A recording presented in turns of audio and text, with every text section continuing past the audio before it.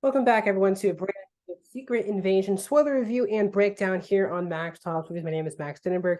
If you're new to the channel, please subscribe, ring the bell. I do movie reviews, TV show reviews, movie rankings, and every Monday I do on my new box office breakdown show. So please subscribe, ring the bell.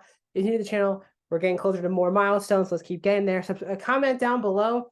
What are your thoughts on episode 2? Is it better than episode 1? Are you excited for the next 4 weeks of the show, or are you off the show? Is this not the type of show that you are interested in continuing to watch? Like the video, and let's get into Secret Invasion episode 2. So overall, I really like this episode. I especially think this episode might be one of the most well-written episodes of television that the MCU has ever done. This was not a very action-packed episode. There's, I guess, a big action set piece towards the end with Gravik and one of his people going after the guy who's being tortured by Olivia Colman's character. But other than that, this was a very much a talk dialogue heavy episode, which I liked. I think the MCU has just missed this type of show. And I think this is the exact show that the MCU needed. It feels like a breath of fresh air for what the last phase of the MCU did. And while there's large stakes at hand, there aren't these superhero stories that we're telling you. We're telling about Nick Fury, who's just a guy. He is a guy. Rhodey is a guy. And the Skrulls. Now, this was a very interesting episode, which ended on a big cliffhanger, just like the first episode did. We ended the first episode with Maria Hill dying shockingly at the end of episode 1. Again, this is a spoiler review. Dying at the end of episode 1. And this has left Nick Fury kind of by himself in this episode. He's in a train scene with Talos, and they kind of get into a huge argument. The Talos line that all those millions of Skrulls who left their homeworld all are on Earth. And that's what he lied to Fury about. And then so this big argument, which is that, you promised that, I want to work together with you so, Skrulls and humans can coexist. And then Fury goes off and sends Talos off somewhere else. And I think the biggest thing that this episode did was really expose Nick Fury this episode. Not that he's this villainous character or an awful person, but what this episode does really well is highlight how flawed of a character that Nick Fury has always been. And that started with the very first episode, that flashback to Gravik. And that's why the episode is called Promises, if I'm not mistaken, or Promised or Promises. Because he promised all the Skrull people that me and Carol Danvers will, him and Carol Danvers will find the Skrulls a new home. And here they are now, 20 plus years later. Obviously, that has not happened yet. Fury has let a lot of people down. And while it's nice of him to take the sole responsibility for it, he's letting a lot of people down. And that is kind of what you're seeing throughout this episode. So Talos, his only other scene in the remainder of the episode is just him in a phone call with one of we find out Skrull UN people that he wants a sit down with Gravik about his daughter. So we'll see if we get that big conversation between Gravik and Talos upcoming. Gravik is one of the main parts of this episode because we find out that all the UN people who are on TV are all Skrulls. And I guess UN, I forgot what council they're on. It could be UN. But all those people we find out in the beginning of the scene, I was kind of wondering why Gravik is even in this meeting. And then you realize that all these top people, prime ministers, are Skrulls. And they have appointed him now the general, basically, now of the Skrulls. Kind of like what Zod, I guess, was for Krypton. It's kind of what Gravik is going to be for the Skrull people now. That was a whole scene. Basically, he kept shielding Gaia away from all of these things. Gaia clearly knows that she's being lied to in some way. That's where kind of the Emilia Clarke side of it is. She kind of told to stay in the car multiple times. She's looking up stuff on the computers. We even saw like Groot come up, Colin Sidian come up. And this is where Gaia kind of goes into the laboratory, and they're clearly making a machine that later one of the characters said, who was being interrogated, said that it just would make them stronger. I guess like super Skrulls, I guess, in some way. But this is where I want to cut to my favorite scene of the episode. Obviously, we got a good scene with Rhodey with the people, I guess at not the UN, but there's a people who multiple countries are asking him about Fury and Hill being on Russian soil doing all these things.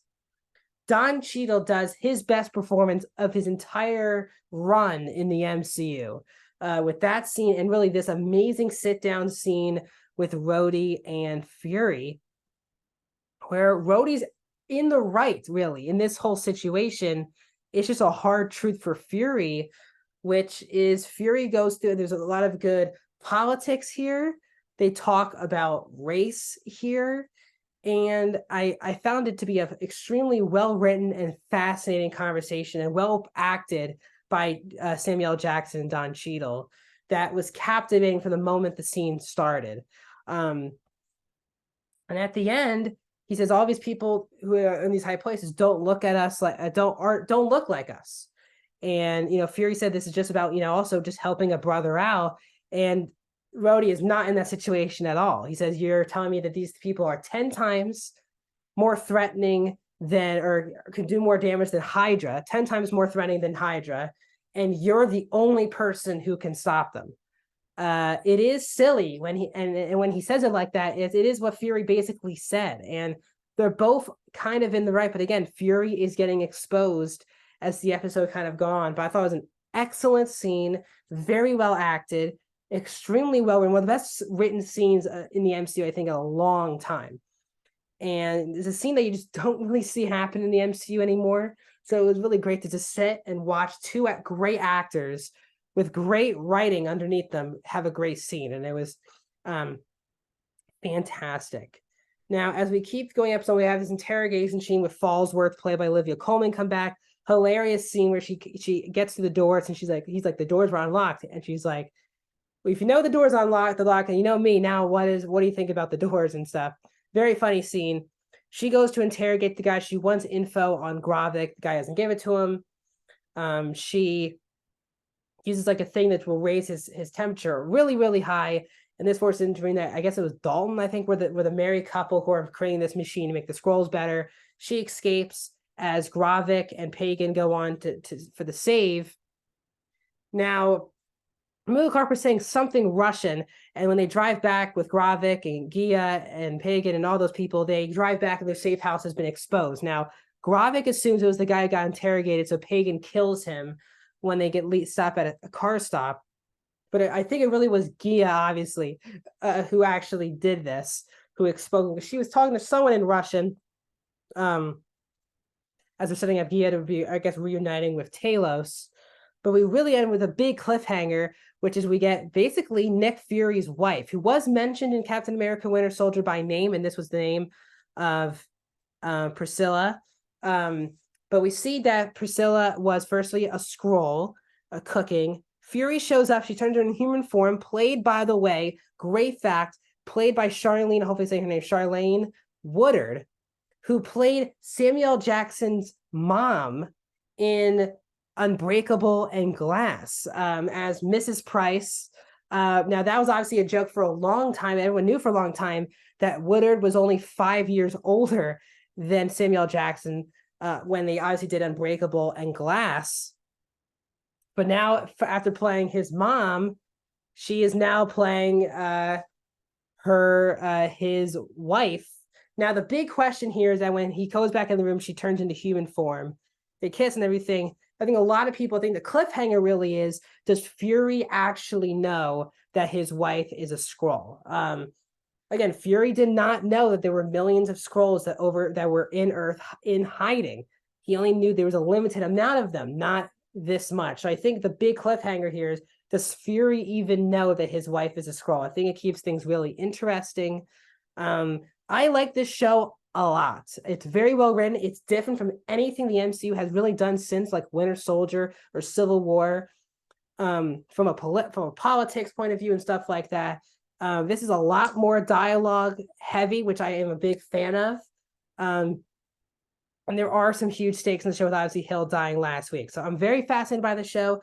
Can't wait to keep watching for 4 more weeks. That's my breakdown for episode 2 of Secret Invasion. More videos coming soon. I'll be back next Wednesday for my episode 3 spoiler review. I'll see you guys.